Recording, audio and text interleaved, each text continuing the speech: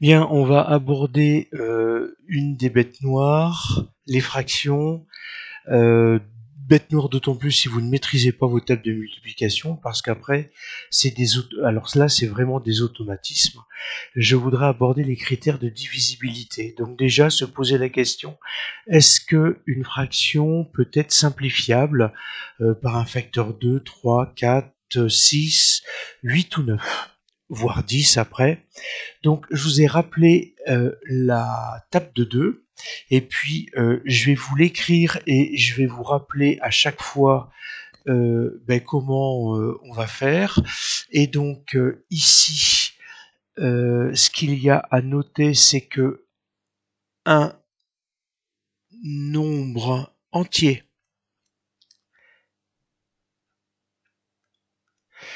est divisible par 2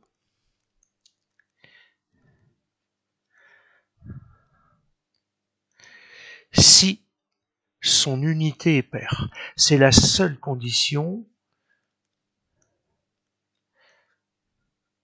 dont on a besoin. Donc ici, j'ai 2, 4, 6, 8, 10, 2, 4, 6, 8, 10, enfin 20, 0, 2, 4, 6, 8, 0, 2, 4, 6, 8, 0. Donc ça, c'est pour les critères liés à la table de 2.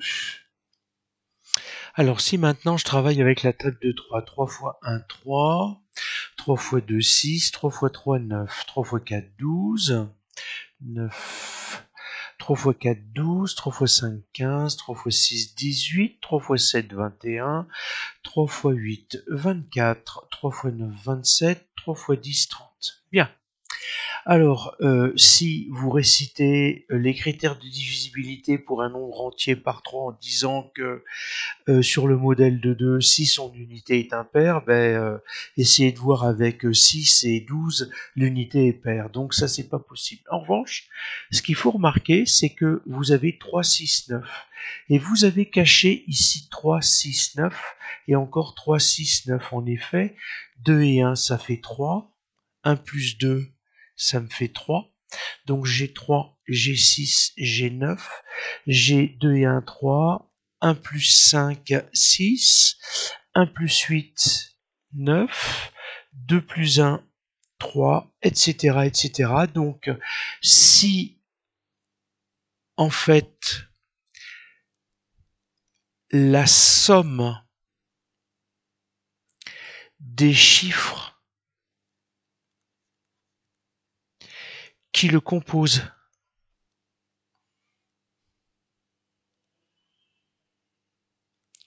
donne 3 ou 6 ou 9, eh bien, il est divisible par 3. Donc, bien entendu, si vous avez 369, c'est même pas la peine de calculer, puisque vous avez 3, 6 ou 9 qui composent le chiffre. Et puis, allez-y, 6 et 3, 9, 9 et 9, 18, 8 et 1, 9. Donc là, c'est pas la peine d'aller chercher midi à 14 heures, mais des choses plus marrantes comme 777, ça fait 3 fois 7, 21. 21, 2 et 1, 3. 777 est divisible par 3. Si je prends la table de 4, 4 fois 1, 4, 4 fois 2, 8, 4 fois 3, 12, 4 fois 4, 16, 4 fois 5, 20, 4 fois 6, 24, 4 fois 7, 28, 4 fois 8, 32, 4 fois 9, 36, 4 fois 10, 40. Si je continue, 4 fois 11, ça me fait 44.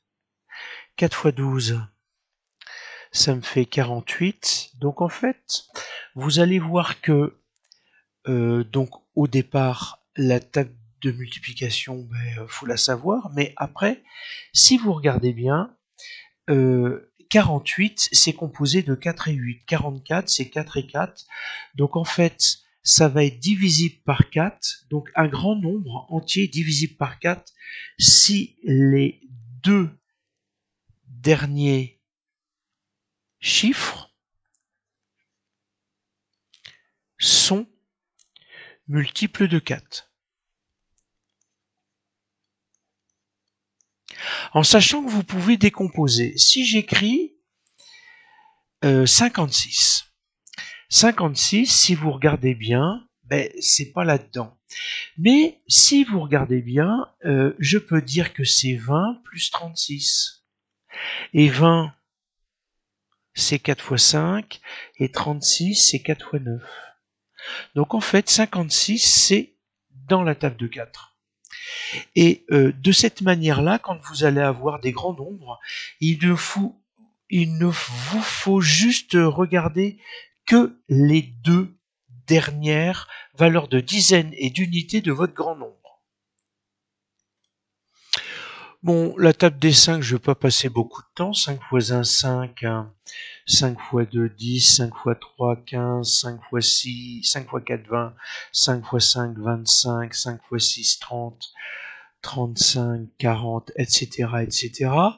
Donc vous voyez que si l'unité se termine par 5 ou 0, eh bien, le nombre est divisible par 5. Donc un nombre entier divisible par 5 si son unité est 0 ou 5. Par 6, je vais vous renvoyer à la table de 2, à la table de 3. Un nombre est divisible par 6 s'il est divisible par 2 et par 3. Autrement dit, ça veut dire qu'il faut que ce nombre soit pair et que la somme des chiffres donne 3, 6 ou 9. Si vous recherchez une divisibilité par 8, en fait, il faut que vous appreniez la table de 8. Après, il faut en fait, quand vous avez vraiment un grand nombre, il faut que le nombre des centaines, dizaines et unités soit un multiple de 4. Donc je ne vais pas passer beaucoup de temps, ça n'est pas forcément aussi intéressant. Donc la table par 9, après, je vous ai dit, il faut que vous preniez par exemple 9 fois 3, donc sur la dizaine vous écrivez 2 et il faut ajouter le complément pour que 2 et 7 ça fasse 9, que la somme des chiffres donne 9. Si je fais 9 fois 5, ça me fait 45 parce que j'enlève une unité à la dizaine de 5, ça me fait 4 et 5 et 4 ça fait 9. Si je fais 9 fois 7, la dizaine précédente à 7 c'est 60 et j'ajoute 3, si c'est 3, 9, ça fonctionne comme ça, donc ça fait en fait 9, ça fait 18, et puis après, vous avez l'étape intermédiaire de dire si je compte 0, 1, 2, 3, 4, 5, 6, 7, 8, 9, mais je trouve que c'est vraiment une étape intermédiaire. Ce que je vous ai montré, c'est beaucoup mieux. 90, 81, 72, 54 et puis 36. C'est vraiment ça. Et puis après, un nombre entier est divisible par 9 si la somme des chiffres donne 9.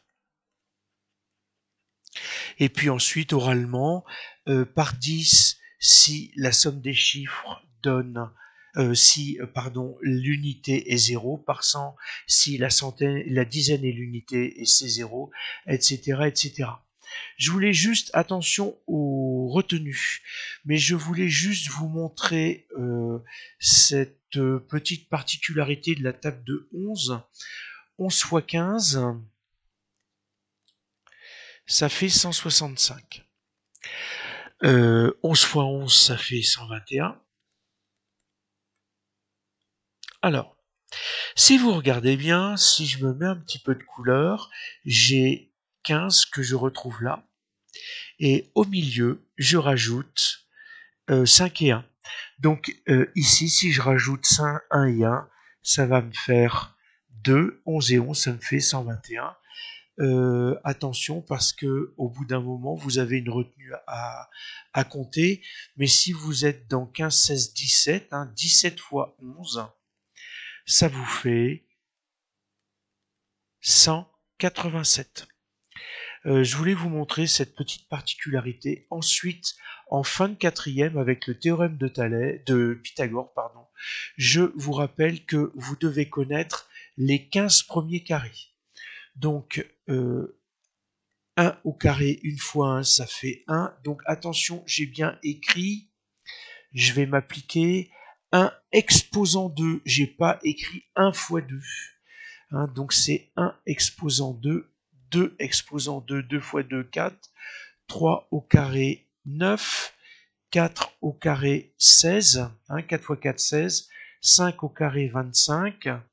6 au carré, 36. 7 au carré, 7 fois 7, 49. 8 au carré, 8 fois 8, 64. 9 au carré, ça me fait 81. 10 au carré, 10 fois 10, ça me fait 100. 11 au carré, ça me fait 121, on vient de le voir. 12 au carré, ça me fait 144. 13 au carré, ça fait 169. Si vous connaissez 13 au carré, vous connaissez 14 au carré, observez bien, vous permutez l'unité et la dizaine. 196, j'ai le 1 qui reste, mais j'ai le 6 à la dizaine de 13 qui devient 6 à l'unité, j'ai 9 à l'unité de 13 qui devient 9 à la dizaine de 14, et 15 au carré, c'est 225. Donc c'est la première valeur, 15 au carré, qui dépasse les 200. C'est des valeurs que vous devez connaître, c'est des résultats que vous devez connaître.